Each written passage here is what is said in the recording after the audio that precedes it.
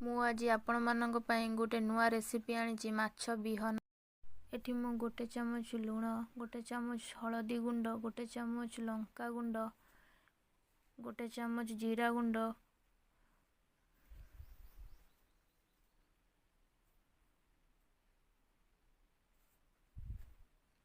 ଦୁଇଟା କଞ୍ଚା ଲଙ୍କା, କିଛି ରସୁଣ, କିଛି ପିଆଜ, କିଛି ବେସନ ଦେଇ ଭଲ ଭାବରେ ଗୋଳେଇ ନେବି।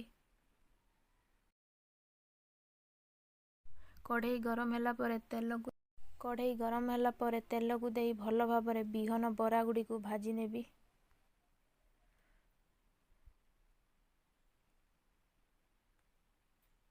ବିହନ ବରା ଗୋଟେ ସାଇଡ୍ ହେଇ ଆସିଲାଣି, ଆଉ ଗୋଟେ ସାଇଡ୍ ନଉଟେ ଦେବି।